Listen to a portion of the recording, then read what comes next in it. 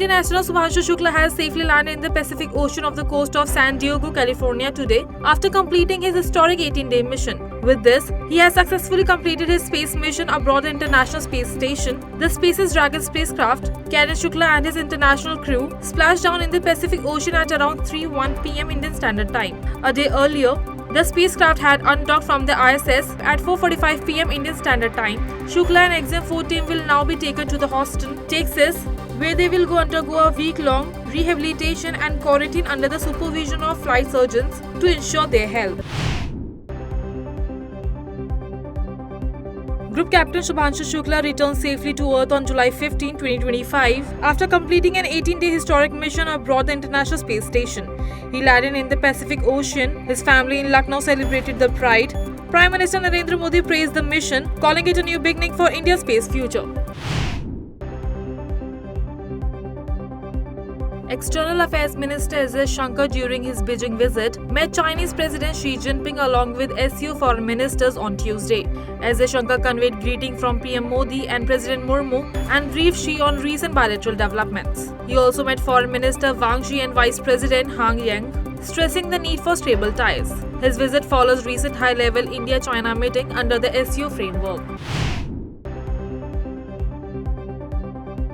In a big move, Tesla officially launched its first showroom in India at Maker Maxcity Mall in Mumbai's Bandra Kurla complex on Tuesday. The company introduced its Model Y SUV, priced between Rs 60 lakhs to 68 lakh rupees, which is imported directly from Shanghai. 6 units have arrived from display and test drives. Tesla also bought superchargers worth Rs 1 million to support EV charging and lease space in Kurla West for a service center. Maharashtra CM Devendra Fadnavis welcomed the launch, calling it a major boost for India's electric vehicle sector and future's innovation plans.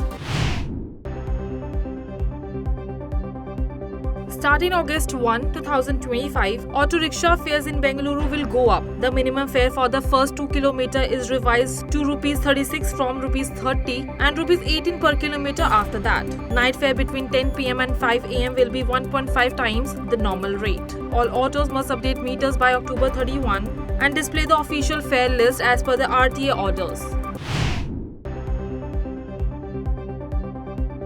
In Uttar Pradesh, Bareilly, a teacher named Rajneesh Gangwar from MGM Inter College has booked a citing a poem during a school assembly that allegedly hurt Hindu sentiments. The poem suggested students should choose education over the Kanwar Yatra. After the video went viral, Hindu outfits protest, calling it disrespectful. Police fired an FIR under charges of promoting enmity and disturbing communal peace. Legal action is underway. On July 14, BBC admitted his Gaza-based documentary, Gaza: How to Survive a War Zone, broke editorial rules. A review revealed that the child narrator was the son of Hamas official, but this fact was hidden. The film was removed in February. BBC chief Tim Dave called it a major failure. Ofcom has now launched a formal investigation into public misguidance and misuse of public funds.